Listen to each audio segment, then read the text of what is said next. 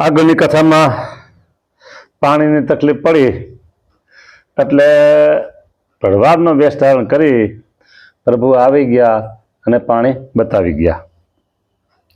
અને પછી આગળ ગયા ત્યાં તો અંતર્ધ્યાન થઈ ગયા. હા, અહીં ખોદો તો એ નીકળશે, મીઠું પાણી ઘણું ઘણું મળશે, એવું કીધું. કહી એમ એ તો પડ્યો ગયો, જાતા આગે અંતર ધાન થયો.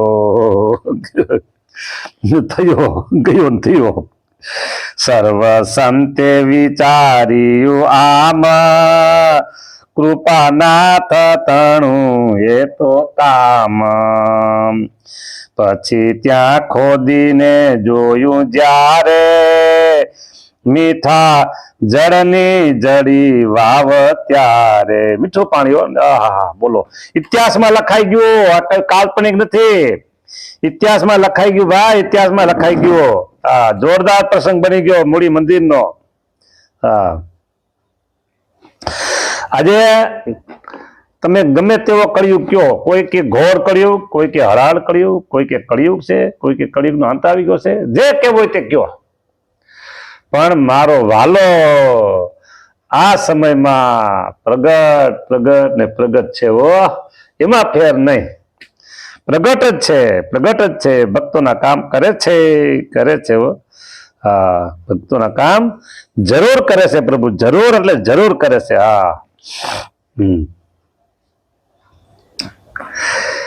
પોતાનું બિરુદ છે, પોતાનું વચન છે.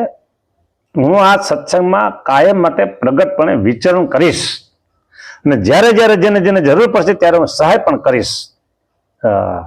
આપણને એક ગહરો વિશ્વાસ હોવો જોઈએ, હા, વિશ્વાસ વગરનું કામ શક્ય બનતું નથી. જો એક વચ્ચે વાત કરી દઉં. અમદાવાદ પ્લેન ક્રેશ, હજારો પ્લેનો ઉડે છે, હજારો પ્લેન ઉડે છે. દિવસ નું ઉગે દિવસ આઠને ત્યાં સુધીમાં 12 કલાકમાં. રાતના ઉડે જુદા, બરાબર.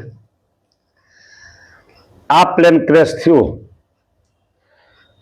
તો કોઈને એવું થયું કે હવે આપણે પ્લેનની મુસાફરી બંધ કરો. પ્લેન બધા થઈ ગયા એના યાર્ડમાં, રેલવે ડબ્બા યાર્ડમાં થાય એમ પ્લેન કે યાર્ડમાં આવી ગયા. કે અમે એક ખેલે ગયા હતા પેલા લંડન હિથ્રો એરપોર્ટ, બરાબર, જબરજસ્ત.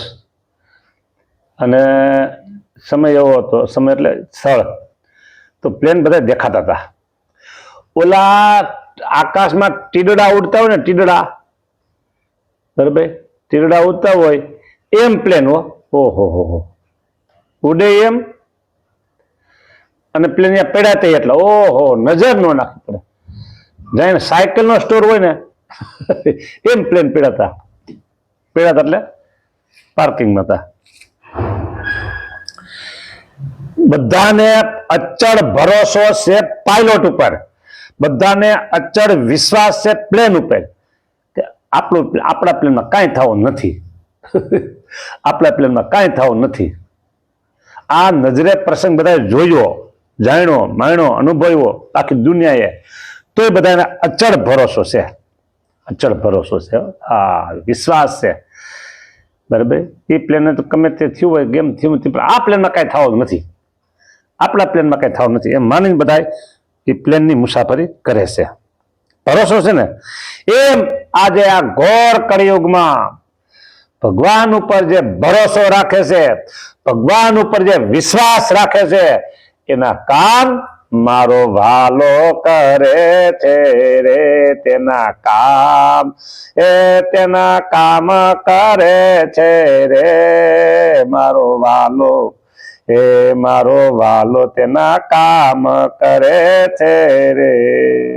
કરે છે. હા, આવી વાતું છે. બરાબર. હવે આપણે આગળ જઈએ.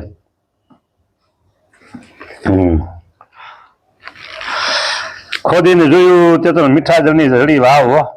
એમ જે સમય સંકટ આવે શ્રીજી આવીને કષ્ટ સમાવે ઘણા જન મળી કામ ચલાવે પણ કોઈને આલ ન આવે કોઈને થાક લાગતો નથી મળી ચારણ ખટ એક વારે આવ્યા બ્રહ્મ મુનિ ને ઉતારે ચારણો આવ્યા બ્રહ્માનંદ સ્વામી પણ ચારણ હતા અમે બધા હા આવ્યા ઉતારે આવ્યા મળી ચારણ ખટ એક વારે આવ્યા બ્રહ્મ મુનિ ને ઉતારે પૂછું પ્રશ્ન તે કવિઓ કે સમજાવ્યા ઉત્તર એકે રાજી થઈને થયા તે વિદાય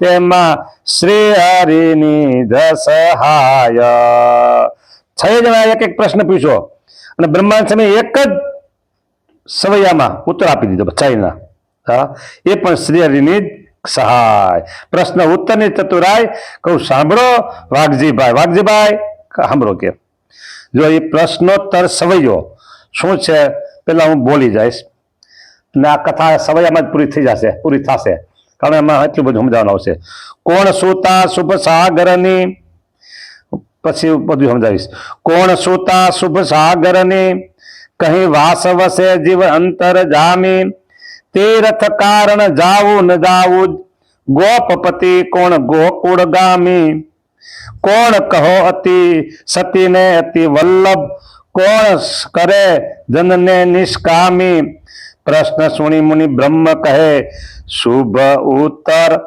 શ્રી સહજાનંદ સ્વામી લ્યો જો પેલો પ્રશ્ન છે કોણ સૂતા શુભ સાગરની સૂતા કોણ એક પછી કહી વાસ વસે છે જીવ 2 બરાબર કહી વાસ વસે છે જીવ અંતર્જામી 2 પ્રશ્નો તીર્થ કારણ જાવું ન જાવું 3 પ્રશ્નો ગોપપતિ કોણ ગોકુળગામી 4થો પ્રશ્ન કોણ કહો સતીને અતિ વલ્લભ 5મો પ્રશ્ન કોણ કરે જનને નિષ્કામી 6થો પ્રશ્ન આ 6 પ્રશ્ન 6 ચારણે પૂછ્યા બ્રહ્માનંદ સ્વામીએ ઉત્તર આપ્યો ફક્ત એક જ શબ્દમાં વાક્ય શબ્દ એક જ શું કીધું એને બ્રહ્માનંદ સ્વામી તરત કીધું શ્રી સહજાનંદ સ્વામી આટલું બોલ્યા એ ઓલા તરત જ ભાગ્યા બ્રહ્માનંદ સ્વામી આમાં તમને કઈ સમજણ નથી પડી હતી સમજાવવું પડશે મારેજી હા બ્રહ્માનંદ સ્વામી એટલો જ જવાબ આપ્યો કે શ્રી સહજાનંદ સ્વામી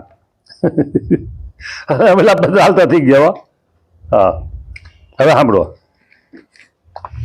કોણ સૂતા શુભ સાગરની સૂતા કોણ હવે શ્રી સહજાનંદ સ્વામી છે ને શ્રી એટલે લક્ષ્મી આવી ગયો જવાબ પછી કહે છે કહી વાસ વસે જીવ અંતર્જામી વાસ ક્યાં વસે છે તો સાથે બરાબર હા પછી ત્રીજો પ્રશ્ન હા તીર્થ કારણ જાવું ન જાવું તો જા તીર્થ કહે જા કે હલો બરાબર 3 પ્રશ્ન આવ્યા પછી ચોથો ગોપપતિ કોણ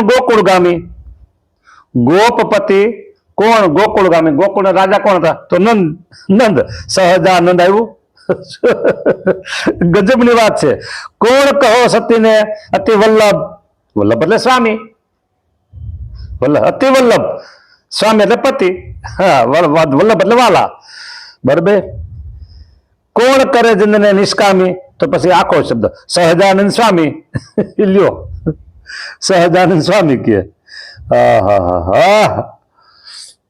આવી વાતો છે હા પ્રશ્ન સુણી મુનિ બ્રહ્મ કહે શુભ ઉત્તર શ્રી સહજાનંદ સ્વામી બોલો આવી વાતો છે ક્યાં મળે આ દુનિયામાં નો મળે ભાઈ નો મળે હવે પાછો આ શ્લોક બોલું સાંભળો કોણ સૂતા શુભ સાગરની કહી વાસ વસે જીવ અંતર જામી તીર્થ કારણ જાવું ન જાવું ગોપપતિ કોણ ગોકુળ ગામી કોણ કહો સતીને અતિ વલ્લભ કોણ કરે જનને નિષ્કામી પ્રશ્ન સુણી મુનિ બ્રહ્મ કહે શુભ ઉત્તર શ્રી સહજાનંદ સ્વામી. જો હવે મંદિરની કહું વાત, જેથી થાય હૃદય રડિયાત. હવે મંદિરની વાત સાંભળો. હા, હવે મંદિરની કહું વાત, જેથી થાય હૃદય રડિયાત. માંડું મોટું કરાવાને ધામ, ચાલ્યું ઝડપથી ત્યાં તે તો કામ. ગોપાળાનંદ ને નિષ્પાપ, કહે અવધ પ્રસાદજી આપ. મૂડીએ પધરાવાને માટે, મૂર્તિઓ જોઈએ રૂડા ઘાટે. ગોપાળાનંદ સ્વામી, ગોપાળાનંદ ને નિષ્પાપ કહે અવધ પ્રસાદજી આપ. અયોધ્યા પ્રસાદજી મહારાજ ગોપાળાનંદ સ્વામીને કહે છે કે મૂડી મંદિરમાં પધરાવવા માટે મૂર્તિઓ જોશે. તેમાં પાષાણની જે થપાશે, તે તો ડુંગર પુરથી લવાશે. ધાતુ મૂર્તિ હરિ કૃષ્ણ કેરી, રચાવો તમે રૂડી ગણેરી. વળી થાપવા શ્રીપુર ધામે, ધર્મ ભક્તિ હરિ કૃષ્ણ નામે. તમે ધાતુની તે તો કરાવો, નારાયણજી સુતાર તેડાવો. પછી પાષાણ મૂર્તિઓ લેવા, મોકલા સંત સદગુરુ જેવા. મોટા સંત મીઠા નારાયણજી સુતાર તેડાવ્યા, ગોપાળાનંદ પાસે રખાવ્યા. વડતાલ ગયા સ્વામી જ્યારે, રઘુવીરજીએ કહ્યું ત્યારે. ધોલે રે પધરાવાને માટે, હરિ કૃષ્ણ છબી રૂડે ઘાટે. ધાતુ કેરી કરાવજો તમે, જઈને ત્યાં પધરાવશું અમે. સ્વામીએ પ્રતિમાઓ કરાવી, ભગુજીને સમક્ષ રખાવી. થઈ મૂર્તિઓ તે તો રૂપાળી, સોંપી આચાર્યોને સંભાળી. ગોપાળાનંદ આવ્યા શ્રીપુર, તે ગોપાળાનંદ ગઢપુર ગયા. ઘણા માસ તે ત્યાંથી થયા. મૂડીએ થયું ધામ તૈયાર, આવ્યા શ્રીપુર તે સમાચાર.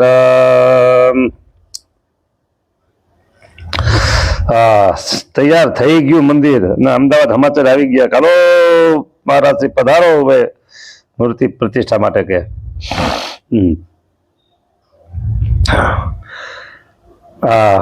મૂડી આવ્યા સમાચાર.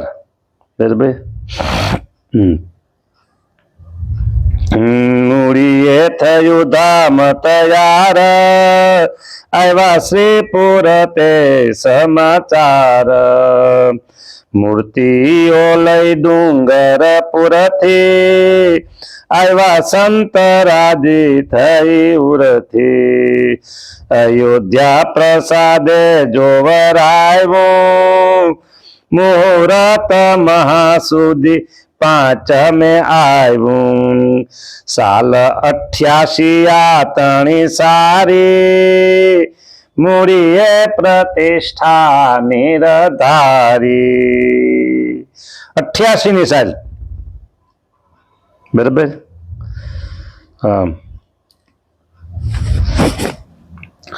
1888 સ્વામિનારાયણ ભગવાન ધામમાં પધાર્યા.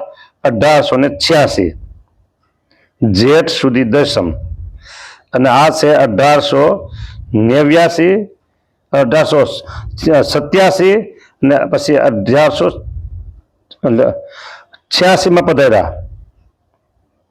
બરાબર ભગવાન. અને 88 આવ્યું, 86 પછી 87 અને 88, હું ગોટે ચડી ગયો આમાં. 88 જો પાછું હજી ગોટે છે. ફરીથી હવે એકદમ ક્લિયર કટ સાંભળો. સ્વામિનારાયણ ભગવાન ધામમાં પધાર્યા 1886, 86 ને 6, પછી 80 ને 7 એટલે 87, અને 80 ને 8 એટલે 88. 2 વર્ષ પછી મૂળી મંદિરની પ્રતિષ્ઠા થઈ મહારાજ ધામમાં પધાર્યા પછી 2 વર્ષે. લ્યો, ધોલેરા માટે શ્રી રઘુવીરે તારું એ જ મુહૂર્ત દ્રઢ ધીરે. ધોલેરાનું મુહૂર્ત હરિકૃષ્ણ મહારાજ પધરાવાનું એ, અને આ બે એક સાથે, આ ધોલેરાનું અને મૂળીનું બે એક સાથે, બે એક જ દિવસ વસંત પંચમી. હવે શું કરવું કયો અમે? હવે ગોપાળાન સ્વામી બે જગ્યાએ હાજરી આપવી પડે, શું કરશું કયો? કઈક થાય આમાં હવે. પછી ધોલેરાનું કીધું એવું રઘુવીરે, ધોલેરા માટે શ્રી રઘુવીરે તારું એ જ મુહૂર્ત દ્રઢ ધીરે. હલો, ગોપાળા તેડાવશે બે જગ્યાએ, અને અહીંયા ધોલેરાનું મુહૂર્ત આવી ગયું છે. હવે બે ધોલેરાનું મૂળીનું. હવે ગોપાળાન સ્વામી ક્યાં પધારશે, કેવી રીતે પધારશે, એ હવે આપણે નેક્સ્ટ ટાઈમ બીજી કથામાં જોઈશું. જય સ્વામિનારાયણ.